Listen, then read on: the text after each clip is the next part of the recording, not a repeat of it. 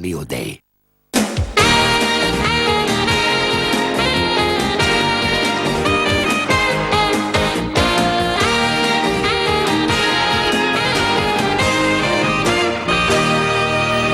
Good morning. We have a woman with a 15-inch waist. Not me. Another who's been pierced over 5,000 times on purpose. A beehive to beauty, a famous farmer, and a dandy highwayman. Well, I like a Good dandy morning, highwayman. Adam Ant. Good morning. How are you? I'm very well, very happy to be here. It's a pleasure to have you here. We'll Thank talk you. about your new book in a matter of moments. Okay, thank you. Also, in a moment, well, we've got some very unusual record We breakers. have, here this morning, from speedy sofas and improbable piercings to teeny weeny, tiny weeny waist. You didn't see her waist there, you saw something a bit bigger than that. Well, but her that's waist where is everything would very go, small. isn't it? Have you had a 15-inch waist? Okay. Where's everything else going to go? Yeah, up or That's all down. your innards. It's all It's up your there. innards. Anyway, and also we're hoping to set a new record right here this morning. Don't miss that, all at 11 o'clock. Apparently, the world record for the tallest hairstyle was set over 200 years ago. Was it? No, Yes, I it didn't was. know that. Who by, you think? Must have been royalty, was it? Marie Antoinette. Very good. Yes. Oh. She managed a good 36 inches way back in the 1770s. And they didn't even have hairspray then. No. Well, the Queen of France nearly lost that record to the Queen of Soul. Do you remember this? Yeah. We see what's underneath the Christmas wrapping on. Just what I always wanted. Whoever shot that cut the hair off, didn't they? Yes. The most extraordinary bit was bobbing up the top of the There's a screen. lot of backcombing Mary there. Wilson, of course, she's here at 20 to 12 and singing live as well. Also here, the man who's rarely seen without a pig in his arms. It's the nation's favourite farmer, Jimmy Doherty. Good morning. How are you? Where's he gone? Oh, there he is. He was in Morning. here just a minute ago. He's back in there. Are you all right? Yeah, very well, We're thanks. looking Good after you. morning. Got a cup of tea? Yeah, all sorted. No Brilliant. pigs with you No this pigs, morning. I'm afraid, no. Pig-free zone we are in there this morning. See you in a bit. See you later. Jimmy's back at quarter to 12 when he'll tell us how we can all bring a little bit more of the great outdoors into our lives. In fact, he's even brought a bit of it along for Brian Turner. What you got, Brian? Well, actually, he has brought pig with him. I got some lovely belly pork here, great pork chops, and this bacon smells delicious. Sausage meat, marrow, onions, honey, cider. It's all here. We're going to have a great So time. you're going to cook with some of the stuff I'm that going to Jimmy's use something, not brought in? sure what, but something I'll cook straight soon. Sure what yet. All brought in this morning. Well, Fresh whatever from he Jimmy's farm. decides, yes, to cook, it's definitely going to be delicious by the look of all that. That's all coming up at midday. Also today, the shocking story of Surjit Athwal, a young mother who was lured to India and murdered on the orders of her mother-in-law, all because she wanted to leave her unhappy marriage. Well, last week her husband and mother-in-law were jailed for life for their part in her murder. Surjit's brother, Jagdish, joins us today to explain why it's taken nearly 9 years to get justice for his sister. Here's how your morning looks.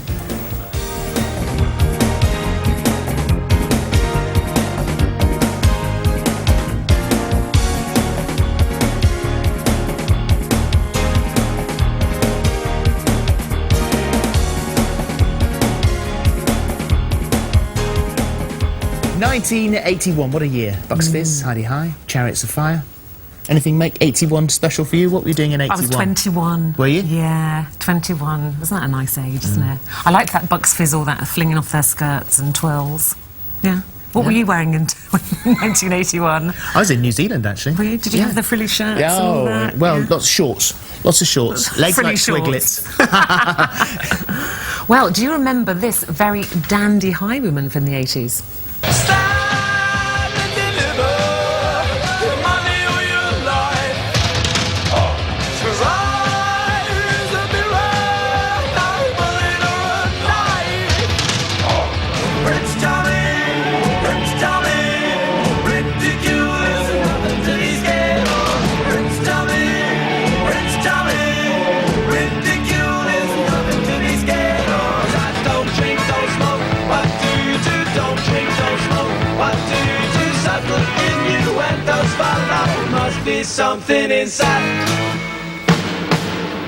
Fantastic. Brings it all back, doesn't it? It does, yeah. Dancing to that. And he's with us this morning. Good morning, Adam Ant. It's great to see you. It's nice to be here, thank you. What we were saying, oh, I remember that, do you remember that, dancing to that. What memories does that bring back for you when you see all those kind of put together? Just you know, a constant having to come up with different ideas all the time, and I decided with every record I wanted a different look to match a different sound, and so, you know, that became a bit of a pressure. Yeah. And I'd be, you know, mixing one song, mixing the final mix of, say, you know, Dog Eat Dog, and then having to think about Prince Charming. Yes. So people say, what are you doing, you know? And I'll be writing a completely different lyric, Yeah. and trying to draw out this this look, this makeup, and the And where did that look come from? You know, the whole pirate look and the makeup. Well, I mean, I think it's the same reason now why, you know, kids have got into the idea of, you know, Johnny Depp and Pirates of the Caribbean. It's romantic, it's glamorous, it's slightly, you know, the sort of rebel. Yes. But hopefully a rebel with a cause. It is funny how these things, and I hadn't thought about that at all, about the Johnny Depp Pirates of the Caribbean thing, but it's funny how these things come round again, isn't it? Yeah, nowadays there's sort of skulls on everything. And Yeah. you go out shopping and you see skulls, and it's like, oh, why don't you try that? You'd like that, and I'm sort of a bit tired of that, you know. If I've never seen another skull, that'd be enough. I'll bet. And the sound was new and different as well. The sort of tom-tom sound was really very tribal. I mean, it got you a phone call from Michael Jackson, didn't it? Yeah, well, I was asleep one morning. Luckily, the morning wasn't the afternoon, but I was really tired. And I was laid out in this place in Chelsea, and I got this phone call, and it was like, Adam, and I said, look, Terry, you know, I thought it was my drummer mucking about. Go away, and I told him in pretty colourful tone. Put the phone down, rang back. This is not a joke. I am tired. Don't do it. But this is Michael Jackson. And then another phone call came through, and it was, this is Michael. So you hung up on Michael Jackson how many times? It's about, I can't remember, it's 2, I think. But it was unfortunate because he'd been so gracious, because I'd met him before doing the Tamla Motown special. And I'd gone to his house, and, you know, met all of his family were in the kitchen, his sisters, and his mum was, you know, made lunch, and I was wearing all the sort of Vivienne Westwood clothes, and they were just sort of studying it. So, what's that? You know, could you turn around? I started doing a fashion number for them. So why was he What was phoning he, you what up was he at ringing you for? 2 in the morning? I think it was about the jacket. He'd seen the Hussar jacket that a friend of mine, Dave Whiting, had supplied me with, from the film The Charge of the Light Brigade. And he which is my wanted to know favourite. also how you'd got the sound as well. Yeah, didn't he? the tom-tom sound. It was just asking me technical things, which I think is a great gesture, because, you know, amongst musicians, it's nice to say, you know, honestly, it's a real a sign of true style when someone says, you know, where'd you get that from, or you know, that, you know, tell me about that, rather than sort of, oh, you know, we dreamt Didn't it out. he copy that look slightly? Didn't he go? He went for the red. Didn't he have a red military? Thriller was a bit Was red it Thriller military, with wasn't the it? epaulets and things? Yeah, He I think went it. for that look. But I tend to think, you know, it sort of all moves on. Everybody steals from everybody else. So I mean, you know, I can't claim for, you know, having thought that up. It's just something I thought that might work now. Well, the whole Incorporate it into now. sound, the whole look was hugely successful. I mean, I think it was in '81. You had 10 hits, I think, in just 1 year, didn't you? And I think it was about 8, something like that. It was And a bit how did crazy. you cope? Because, you know, most pop stars we talk to, they say there's this incredible craziness. It's not real. We're all thinking, what a wonderful life that must be. But actually, the reality of living that, you know, with huge recognition and the pressure, like you said, of coming up with new Yeah. looks and new ideas. How did you cope with all that fame? Well, you have to sort of, you know, suddenly you go from, you know, just being, you know, I was in a band 3 years working, doing clubs and, you know, playing around, and things weren't working. And then suddenly you come up with something that does work, and people think it's an overnight success. And so you're dealing with that, and there's no charm school. It's not like Hollywood in the old days where they taught people how to be a star. They taught you how to do it. And So you make all protected these you as mistakes well. and protected you.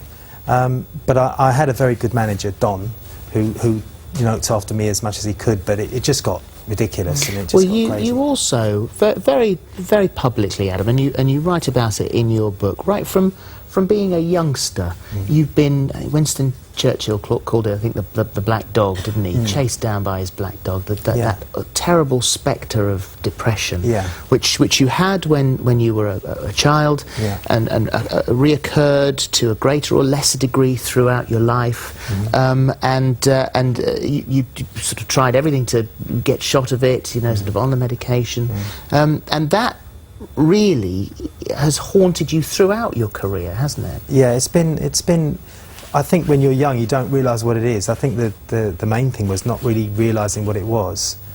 and until it's, you know, someone actually explains it to you and says, you know, this is what's happening to you, and then you get a better understanding of it, and then you can, you know, take measures to, you know, not only with the medication, but saying, you know, I haven't got to do 100 things at the same time. I recognise the, you know, the signs of when things are going wrong, and stop them and calm them down. But above all, you know, having people around you who really do care, and I've been very, very fortunate in that. Yes. Having, you know, supportive family, but you know, primarily my girlfriend Claire has been incredible, and not only that, her family have been wonderful. You know, she's got 2 sisters, Sue and Vi, and David, her husband, and the daughter Jasmine has been, you know, it's just seeing a young child, being around a young child and being able to, you know, sometimes, you know, not feel very good, and see how a child reacts to it. And when a child says, you know, you're very quiet,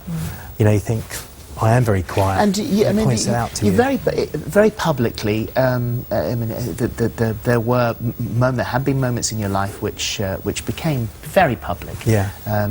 Newspaper stories about sort of various problems, but you say that one of the most important things for you is to talk about it and to get it out and to recognise it for what it is. Yeah. And is that where you are now? Yeah, that's what I think. The book was kind of a therapy in that. I was able to, you know, try and identify where these things had started, you know, in my childhood, and later on, you know, through the work process, and then going to Los Angeles, and that was a very, you know, initially a good experience, but a bad experience also. And then kind of now, you know, dealing with it every day. You know, you have to think about it every day. It's not something to say, oh, you know, that's fine, that's over. You have to think, well, it is over, it's getting much, much better, things get much better. Well, But take control of it, not let it take control of you. Yes. as you said, you know, you are moving on, and you're back, you're writing again, you're hoping to release your new album next year. And you were playing at the Bluetooth Theatre in London. Bloomsbury Theatre, sorry, in London, and we've had a lot of emails when people knew that you were coming on today. So Caroline from Hampshire, she said Adam's performance on Monday night was totally outstanding. To come through what he's been through in the last few years and give such an energetic, witty, spontaneous, charismatic and genuine performance is truly inspirational. There are lots more like that. People who loved the book. Barbara from Hawley, Monday was the best night of my life. I was clapping and cheering and singing along to songs that brought back memories of my youth. He made me feel carefree again. So, you know, there's a good one here from Jessica who says, we're so proud and honoured that he was willing to perform for us again. Should be highly commended on the effort he's made to get well and stay well. It takes a lot of guts to admit that you have such a horrible illness, and that's what you say it is. You say it is an illness. It should be recognised as such. Yeah, well, there's a lot of taboo about it, and that's a terrible thing, and a lot of ignorance about it also. But I think, you know, again, you know, people had faith in me. You know, I have a new manager, Mal, who's been, you know, very supportive, and my friend Richard, who's my business manager, he's been, you know, there for me.